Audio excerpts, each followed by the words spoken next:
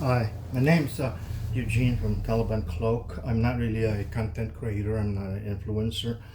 This is in fact the very first video I've ever made, but this is a difficult topic to explain with PowerPoint, so I'm gonna make a video. As you can see here, this is a Kydex holster for a Glock with a TLR1. It looks like it has pretty aggressive, serrations on the slide, just like this one. This is a Gen 6.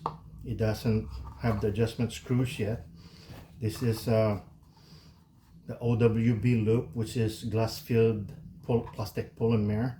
It accommodates belt from 175 and 1.5 to 2.2 inches. As you can see there, it just clicks in. Easy. One finger push, two finger pull, easy. It doesn't pull, it doesn't fall. So without even adjustment screw, for a lot of people this is what they call smooth, right? Sweet, right? It doesn't fall. However, this is not even loaded yet. If you're running and gunning, as you can see, it starts moving.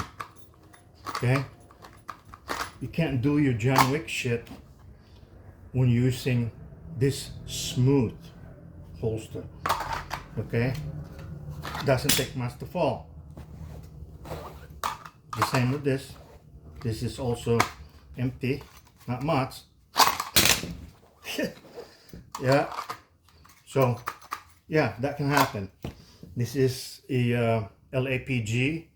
It's almost the same dimension as a TLR1. It's a little bit tighter, of course, but it will still fall. So as you can see, I'll show to you that even that you can see, you can see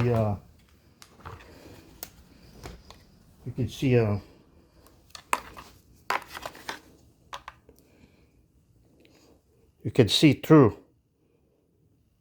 Okay, it's the same with this. Even with this aggressive slide, it's the same. There's no contact there, no contact there. So basically I have to with a screw. This is now the 6th gen standard, so without a screw you have that smooth stuff, but it will it will move around and it will fall. So with the adjustment screw you can tighten it just right. And this is an 06, okay, Gen 3.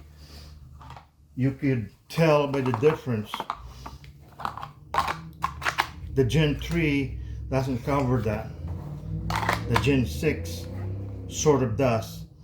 The reason that I cut my holsters is because that is what the customers wanted. But now I'm trying to change it. But as you can see, this is 06. It doesn't have an adjustment screw, but it's already got a pretty good fit. It doesn't. So Gen 3 is a little bit tighter, than the Gen 6, but that is what the customers wanted. And I'll show you more on our older, on any of my older holsters that I sent to Europe and stuff, why it's like that. But so the reason that the way that I was able to achieve this is very simple. This is the mold.